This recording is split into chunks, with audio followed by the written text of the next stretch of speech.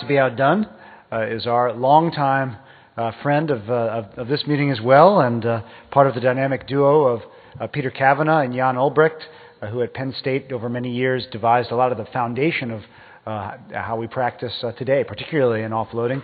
They started a company some years ago which really went at things in the right way, in a very systematic fashion, assessing whether we can make a bespoke, customized insole and make a difference in preventing the occurrence or recurrence of diabetic foot ulcers. Will you please help me welcome out of Penn State, straight out of Penn State, my longtime friend, Professor Jan Ulbrecht.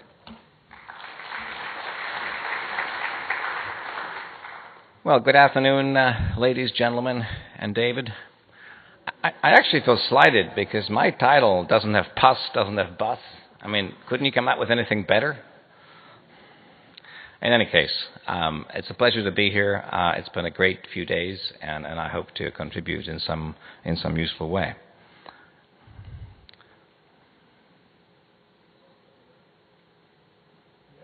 I am clicking the green button, and I was advised to click the green button. There we go. I have disclosure, as David indicated. I'm associated with Penn State, also with Mount Nittany Health System in central Pennsylvania, and the company that has been the conduit for most of this work is called Diapedia. All three authors on this paper are part owners of Diapedia. This line of research has been funded by NIDDK via small business innovation research grants to Diapedia.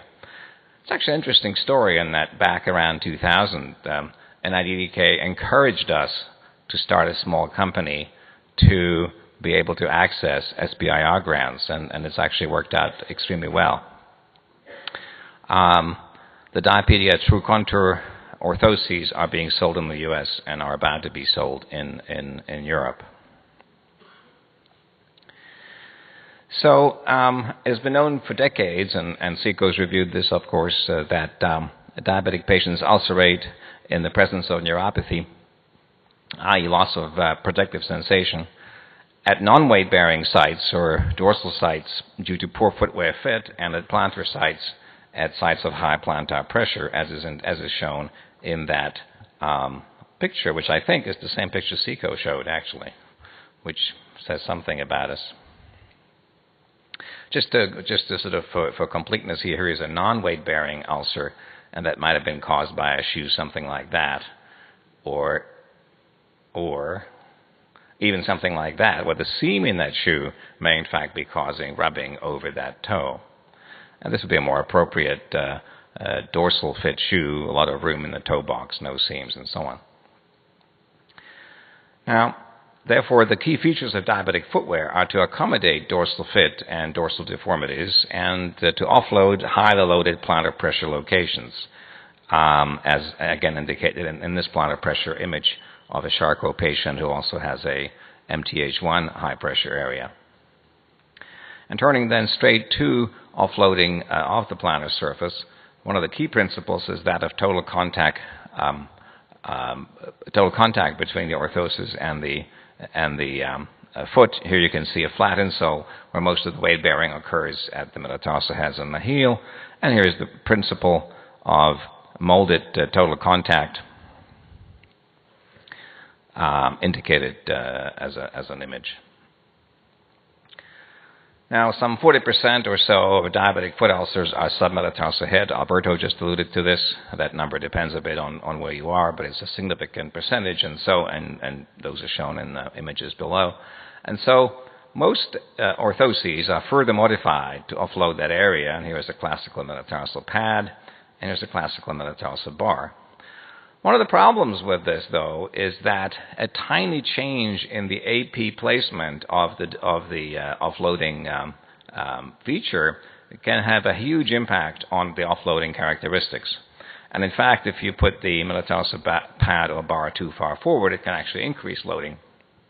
And to date, these features have been placed entirely on clinical grounds. When these insoles are made remotely, some pencil mark on the request tells where it should be placed, And when an orthotist makes this on site with the patient, again, it's a matter of looking at the foot, looking at the orthosis, and placing the intervention somewhere that seems about right, which clearly has the potential to cause problems.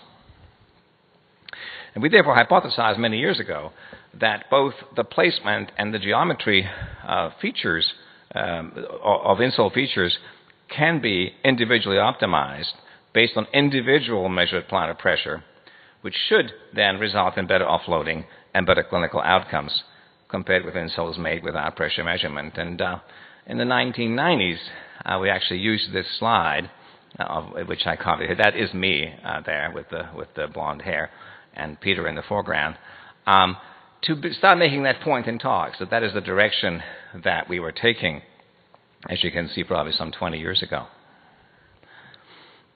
And so this work has resulted in an algorithm that produces the insoles that we're discussing. On the left, you can see captured shape. You can do that in a variety of ways and digitize it. On the right, for this process, we measure plantar pressure across six trials. The algorithm then sorts through this, picks the 5 that are most consistent, and averages that out into the final plantar pressure to be used. And this information is collected at the clinical site and is then transferred via the internet to the design facility. Again, then, the insole features, the algorithms that are used to then produce the insole in the design facility, are based on extensive experiments that have determined the optimum parameters for optimum offloading. So both the geometry and the location is placed precisely where it should be based on these algorithms. And what we do is we overlay the pressure, which is the background colors, and the shape, which is represented by the background colors, and the pressure, which are the contours. And then the algorithm places essentially a metatarsal bar following preset contours, as shown here, and also will place a relief in the insole, again, following algorithm designated contours to relieve, in this case, metatarsal head 1. This is then milled in a machine. Seco will recognize this machine. He actually worked with us at this early stage, as you can see there. That is also should be in a museum. And here's the final product with the metatarsal bar in place, again based exactly on the pressure contour, and the relief in place, again based exactly on the pressure contour. This then led us to try and confirm that this approach does in fact reduce pressure better than other orthoses, and we took 20 diabetic patients with loss of sensation and high plantar pressure, mean 834 kilopascals under the metatarsal heads, 70 regions of interest in terms of high submetatarsal head pressure greater than 400, and we compared pressure-based orthoses, these orthoses I just described to you, to 2 other commercially available Medicare-approved remotely manufactured orthoses. And the results are as follows. You can see in the darker bars peak plantar pressure at the sites of interest, and in the lighter bars impulse again in the areas of interest. And insole 1, insole 2 are the comparator insoles. The pressure-based insole is on the right. And you can see highly statistically significant and clinically significant, if you look at the percentages, differences in both plantar pressure and in impulse. And interestingly enough, or importantly enough, in the pressure-based orthoses was better than both of the other orthoses at 64 out of 70 sites. So this is a very reliable way to produce an orthosis that predictably offloads highly loaded metatarsal head areas. This led us to the careful prevention trial, the aim of which was to assess the efficacy of in-shoe orthoses individually custom designed based on barefoot plantar pressure, as I just demonstrated to you, in reducing the incidence of submetatarsal head plantar ulcers. The main inclusion criteria were diabetes, loss of predictive sensation based on the 10-gram monofilament, a recently healed submetatarsal ulcer. Again, this is pretty standard. It's very similar to a Seco study in terms of having enough power to detect differences in recurrence. The study was conducted across 11 outpatient clinical sites across the U.S., some academic, 2 VA, some private, all with prior experience in research. And subjects are randomized to experimental versus control in a 3:1:1:1 ratio, by which I mean we had 3 different manufacturers providing the control orthoses so that we weren't comparing the product just to one other orthosis. But the study was not powered to detect differences between the 3 control conditions, and indeed there were no differences between the 3 control conditions, so the results are presented as experimental versus control. The 3 control manufacturers were selected as recognizable names. If I gave you the names, you would recognize them as standard wholesale providers of remotely manufactured orthoses in the U.S. And we encourage strongly, and these manufacturers all offer metatarsal pads, metatarsal bars, reliefs, and so on. So we encourage strongly that when clinicians ordered these orthoses, they should request such. And in fact, 59% of the orthoses had either a metatarsal pad or bar, and 33% of the control orthoses had a relief. So these were as optimal as they could be under those circumstances. All subjects received PW minor extra depth shoes, and they had a variety of colors and variety of closures and so on, sports shoe, a walking shoe, but they were all on the same last. And I think importantly, at least from our perspective, particularly based on what Seco just shared with us, all subjects received P-door shoes with a 9.5 millimeter flat trilaminate orthosis for occasional home use. But they were encouraged to use the primary footwear even at home. And the reason we did this is that we didn't want to have ulcers occurring because of non-use of the footwear at home. But again, both groups were treated equally with respect to the provision of these shoes. So the differences were only in the quote-unquote outdoor shoes provided. But again, we encouraged them to use their quote-unquote outdoor shoes at home as much as they could. But they had these other shoes to use to go to the bathroom and that kind of thing. By the way, Alberto, I think this may be the difference between some of the studies with removable and non-removable cast walkers. We actually had Richard Rubin design for us an education method, and at every single visit, the study coordinators interacted with the patients about are they using their shoes, what's difficult about it, how might they do it better, and so on. So we had a great focus on footwear use in this study and the importance of footwear use in this study. Endpoints were either a submetatarsal ulcer, i.e. a full break in the skin, or a submetatarsal non-ulcerative lesion, which were mostly hemorrhage into callus. And we did this because, this has been said many times, hemorrhage into callus is a highly predictive situation for going on to ulceration, and we felt it unethical to continue the person in that condition, in that situation, if they were showing hemorrhagic callus. So that was the reason we included that endpoint. Endpoints were judged present based on photographs examined by 3 independent experts, blinded as to group assignment. And the analysis was using proportional hazards regression. These are the kinds of non-ulcerative submetatarsal head lesions we're talking about. And of course, ulcers you've all seen. This is our population. So we had 66 and 64 patients in the 2 groups. As is pretty much universal in this type of research, most are men, 70 to 80%. Age typical around 60.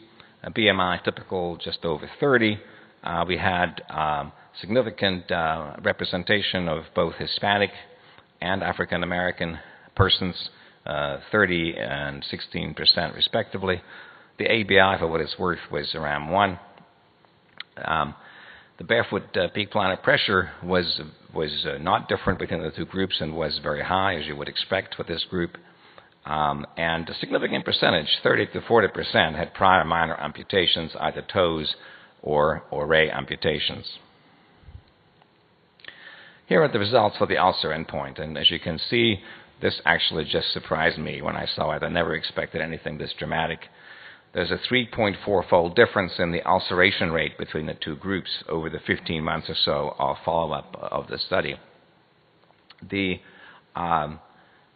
difference was highly significant already at 180 days, and in fact the curves are fairly parallel after that. So it looks like most of the effect occurs early, and the ulcers that occur thereafter are probably not footwear related.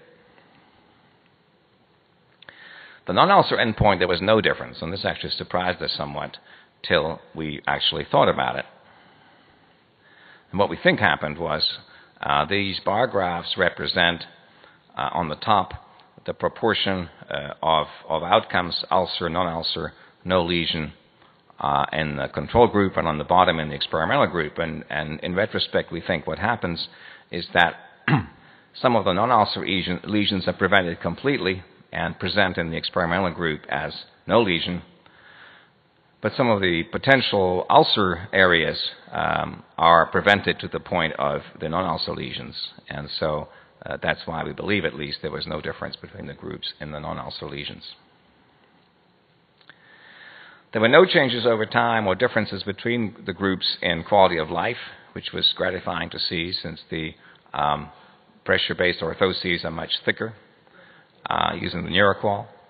And there were also no differences in fear of falling or actual falling between the groups. Again, rather gratifying since the shoes were not were different in that respect.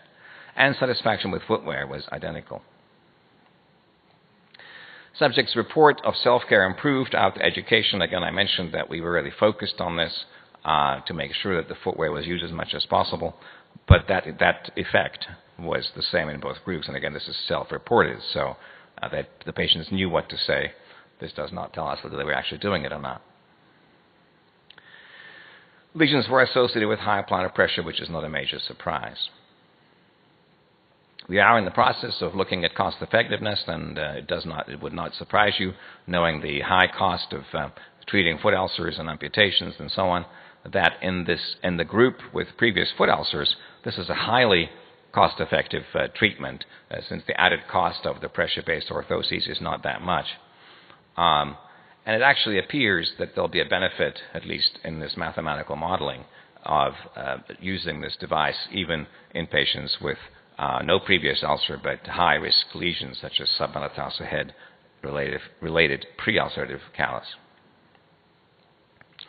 We did not compare this approach to orthoses designed and manufactured and handcrafted locally by an orthotist, and such a comparison would be of interest since the handcrafted orthoses carry a much higher manufacturing cost because of the expert time needed, and so even equivalence would actually be a highly satisfactory outcome.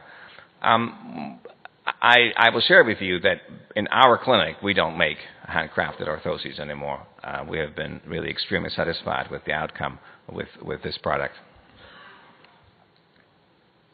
So in summary, patient-specific orthoses designed on the basis of foot shape and barefoot plantar pressure, following the set algorithms featured in this product, are superior to orthoses manufactured only on the basis of foot shape and clinical insight in terms of pressure reduction and in terms of preventing foot ulcers. The results of the study support the clinical impression that the first few weeks and months after ulcer healing are the particularly high-risk time, which is when most of the recurrences occurred. And it suggests that perhaps in this type of study we don't need to follow patients more than about 6 months to be able to see differences in effect of footwear. So together with the multiple publications from Seiko's group, our study results demonstrate that the probability of ulcer prevention increases with when the therapeutic footwear demonstrably reduces plantar pressure at defined high-risk locations. And in Seiko's work, the threshold of 200 kPa that we had published previously, when I say we, it was actually in a paper we were both on, was validated. And again, this is from Seiko's work. The probability of prevention is increased if the patient wears their footwear consistently. I would further suggest that barefoot plantar pressure measurement and use of the data to design orthoses should become standard of care, at least for high-risk patients. And again, building on Seco's work, that in-shoe pressure measurement to assure or improve a floating should also be considered, at least for high-risk patients. I want to thank all the participants and all the different centers in our trial. I want to conclude by reminding you all that footwear is just a tool, and that the real difference in our patients' lives is made through self-care, which is why we put so much emphasis on patient education. I don't know if you can read this in the back, but that is my granddaughter. And apparently this is a phase they go through, and we're using this poster in our clinics now. It's very eye-catching. Patients love it. And if anybody want to have a copy, please email me. I have permission of the parents to share this with the world for the purpose of helping our patients. Thank you very much.